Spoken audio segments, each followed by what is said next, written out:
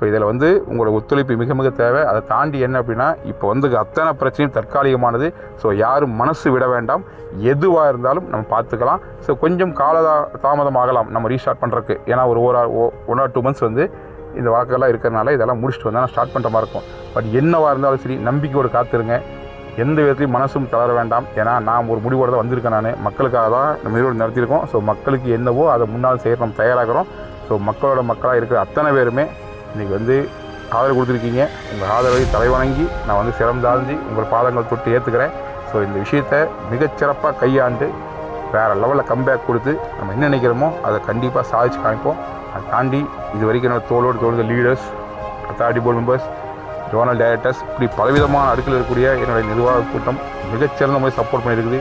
நெருக்கடி நிலைமையிலுமே கடைசி கூட நின்று அவங்களுடைய உணர்வு வெளிப்படுத்தியிருக்கீங்க. ஸோ தைரியமாக இருங்க. இது எல்லாமே தற்காலிகமானதான். யாரும் மனசு விட வேண்டாம். எதுவாக இருந்தாலும் திரும்ப வந்து முன்னை விட மிகச்சிறப்பாக வேறு லெவலில் செய்ய முடியுங்க நம்பிக்கையோடு தான் இந்த முடிவு எடுத்திருக்கேன். ஸோ அந்த நம்பிக்கை நிச்சயம் நிறைவேறும் அப்படின்னு சொல்கிறேன். தைரியமாக இருங்க. நல்ல ஒரு லட்சியம், வெள்ளூர் லட்சியம். விரைவில் மீண்டு வருவேன். அனைத்தையும் செய்து நம்ம நினைச்ச விஷயத்தை சாதித்து காட்டுவேன். காத்திருங்கள். நம்பிக்கையோடு எனக்காக ப்ரே பண்ணிக்கங்க. நன்றி, வணக்கம்.